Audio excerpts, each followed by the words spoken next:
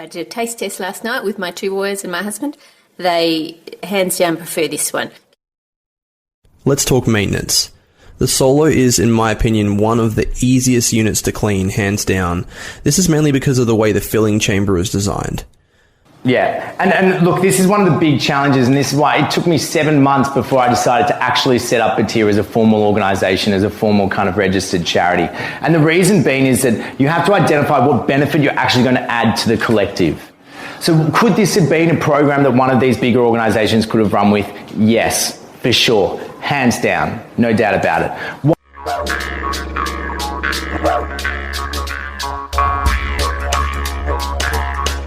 Alrighty, guys, what's going on?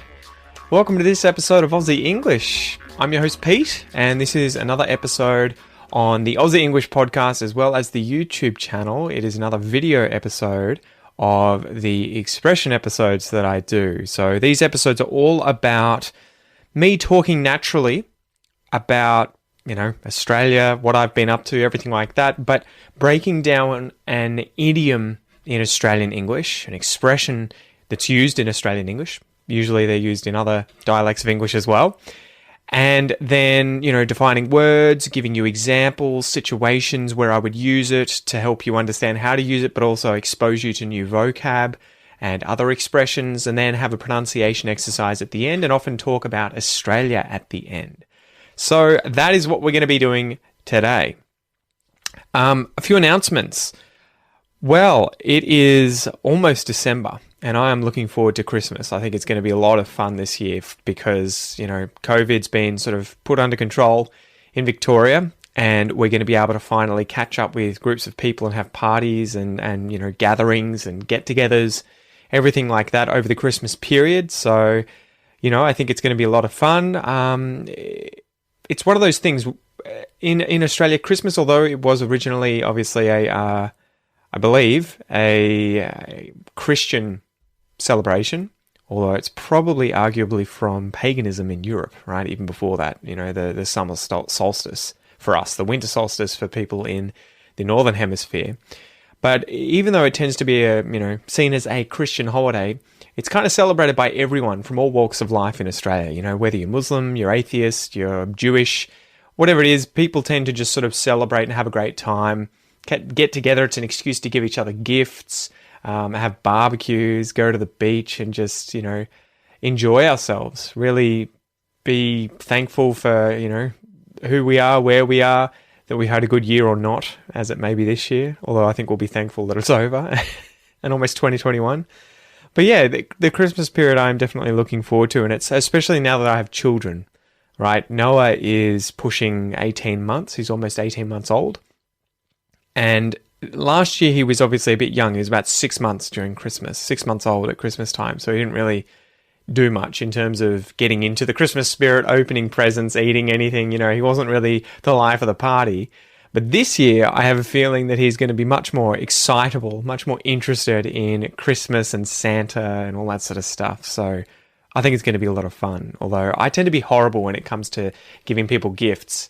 I tend to buy them, and then I can't wait until the time that I need to give it to them, and I just give it to them early. So I'll have to try and prevent myself from doing that with Noah this year. Anyway, I hope you guys are having a good Christmas, wherever you are in the world, whether you're in Australia or not, whether you're atheist, Christian, Muslim, whatever your faith is.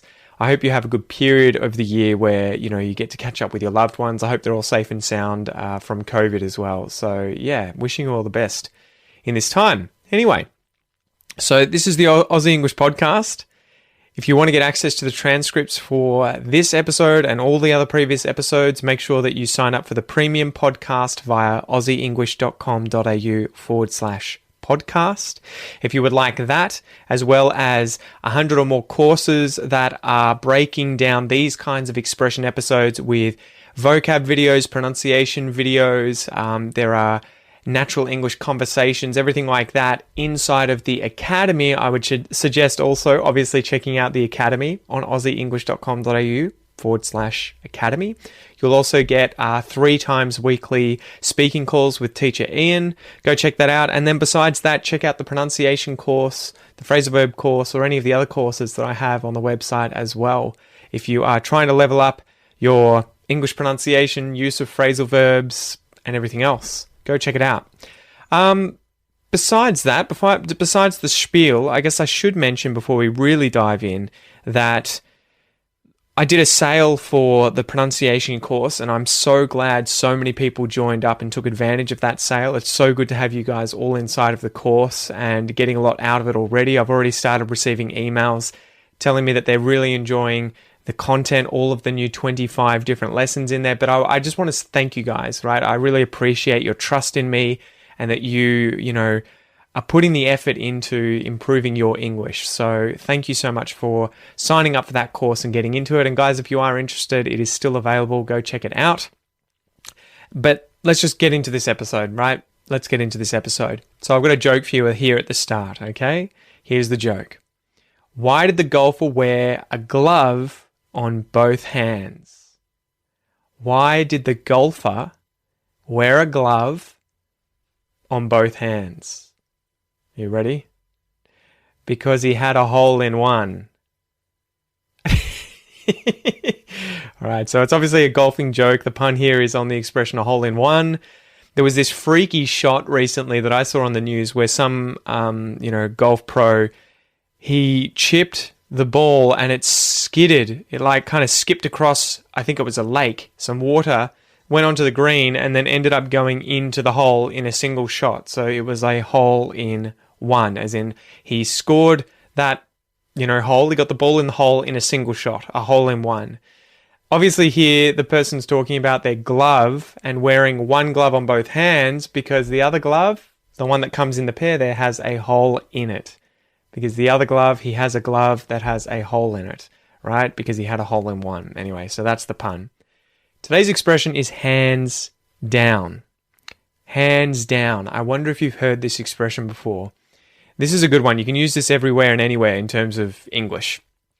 Before we get into what it means and how to use it, let's talk about the different words in this expression, hands down. And I guess it's sort of an adjective, right? Hands down. Something is hands down the best. Could also be hands down the worst, I guess, but it's an adjective, kind of like a compound adjective, multiple words describing something. So a hand. I think you guys are going to know what a hand is. It is the end part of a person's arm, beyond the wrist, including the palm, fingers, and the thumb, although the thumb is also one of your 5 fingers. A hand, right? Down, I'm sure as well you're going to know what down means. Going downwards is towards or in a lower place or position, especially to or on the ground or another surface, right? I might put my hands down, down, down, down. But when you bring these words together and use them for this expression, hands down, something is hands down, and then we usually say the best, the worst, whatever it is, we describe that thing. It means without much effort, easily, or without question. Okay, so that thing is hands down the best. It is without question the best. It's hands down the worst. It is easily the worst, right? So it's a really good sort of intensifier when you're describing something as being good or bad or green or tall or, whatever the descriptor is. So the origin of this, apparently, according to the Oxford English Dictionary, it comes from horse racing. So the earliest examples of the expression come from the 19th century sporting papers where horses win races hands down, meaning that victory was so secure that the jockey, who was obviously riding the horse, could put his hands down, he could relax and didn't have to, keep encouraging the horse to gallop to cross the finish line because it was a sure thing, right? It was in the bag. It was easily going to be his win. So let's go through some examples of how I would use this expression hands down. Okay? All right, hands down. So example number 1, imagine that you love Netflix, right? You've been in lockdown because of COVID and you've been churning through all of the different TV shows on Netflix, one after another. You've been binge watching them, watching them from start to finish, obviously many episodes in a single sitting at times. And you finally stumble across a show that is just awful. It's just the worst, right? And you can't even be bothered finishing watching the rest of the series. You set the bar pretty low when it comes to TV series. You'll kind of watch anything. But in this case, it was so bad. It was hands down the worst TV show you've ever seen. You didn't finish it. So it was hands down the most horrible show that you have ever seen. Hands down the worst. Easily the worst, without a doubt the worst, etc. Another one. Imagine that you are a bit of a foodie, right? So that's Aussie slang for someone who likes food. But it's usually, they don't just like food, in terms of they like eating at home. They like going to restaurants, to cafes, to trying new kinds of food, to sampling things. So they're a bit of a foodie. They know a lot about food, right? Bit of a foodie. So imagine you are from, Victoria, where I'm from. You've been to Geelong, you've been to Melbourne, you've been down the Mornington Peninsula, the Bellarine Peninsula, the Great Ocean Road, and you've gone to different restaurants, that have won all sorts of different awards. And you finally find this one little cafe that's tucked away, and you're getting into these sort of treats, I guess, things like muffins or slices, that sort of thing. You've been trying those recently. And you find this cafe that has, hands down, the best vanilla slice ever, right? The best vanilla slice that you've ever tried, which is this kind of, it's got vanilla icing, I think it's got pastry and then custard inside of it. And my dad always nicknames these snot blocks. I think that's the Aussie sort of nickname for these vanilla slices, this kind of dessert treat you can get from cafes and, bakeries and stuff. Snot blocks, because it looks like snot, right? The custard in them. Snot blocks, a block of snot. Anyway, so it's so good, it's scrumptious, it's tasty. It is hands down the tastiest vanilla slice you've ever had. Hands down the most scrumptious, most delicious vanilla slice, snot block that you have ever wrapped your laughing gear around, right? That you have ever eaten. Hands down the best. The last one, I could use this about a person. So imagine that when I met my to-be wife, Kel, in the past, when that happened, I was getting to know her, we were dating, we were going out, we were having drinks, we were, going to different locations like the zoo, getting to know one another. Pretty quickly, I realized that she was hands down the best chick, the best woman that I had ever met. And I made her mine. It worked, guys. The ploy worked. You guys know how this ends. I end up, married with 2 kids, or 1.5 kids. So she is hands down the best woman that I could imagine marrying, right? Hands down. There you go, Kel. She'll be transcribing this, so she'll love that bit. Anyway, guys, so that's the expression hands down. Hopefully this has been hands down the best explanation of an expression in English that you have ever come across. Unlikely, but here's hoping. But remember that if something is hands down the best, the worst, the greenest, the tallest, the smallest, the smelliest, it is without much effort, easily, without question, and then that thing, the descriptor you're using, the greenest, the biggest, the smallest, okay? So as usual, let's go through a little listen and repeat exercise. So this is your chance now to find a quiet spot. If you're listening to the podcast and you're out in public, you can mouth the words. You don't have to say them out loud if you don't want to, but I'd encourage you to do it anyway. Who cares what anyone else thinks? Or just find somewhere away from other people. I used to do this when I was practicing French, so I really like these exercises. If you're watching this on YouTube, obviously you can just stay where you are, keep watching the video. You'll see the words and the sentences come up on the screen. Repeat them after me. And also, if you're working on your Australian pronunciation, then obviously pay attention to my pronunciation as best you can, because it is hands down the, I wouldn't say most Aussiest pronunciation. That's pretty, subjective. But it is hands down a great example of Australian pronunciation. There you go. I was trying to use the expression in there. Anyway, listen and repeat after me, guys. Hands. Hands down. Hands down. Hands down. Hands down. Hands down.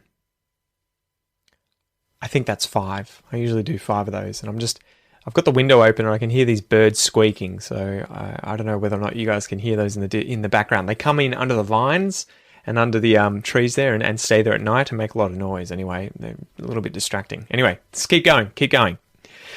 I'm hands down the best. You're hands down the best. She's hands down the best. He's hands down the best. We're hands down the best. They're hands down the best. It's hands down the best. Good work, guys. So let's break down a little bit of connected speech there and pronunciation. You might notice that in words like hands, do you hear me say a D? Hands, hands, hands. It's actually, and this happens quite a lot in English, if you end up with these consonant clusters, so in the case here of hands, the word hands, you've got NDS.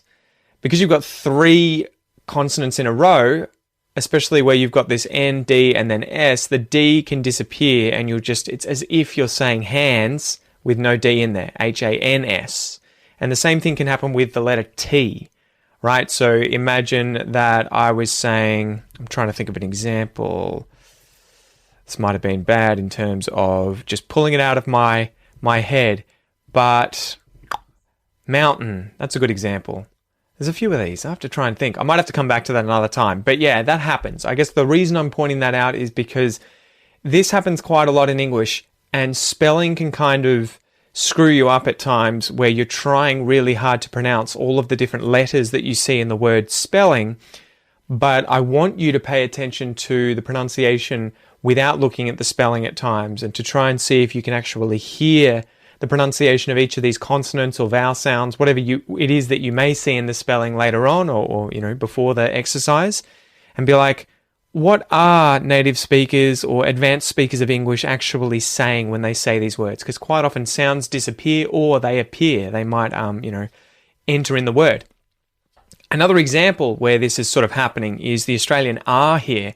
So with the phrases that we went through, you're hands down the best.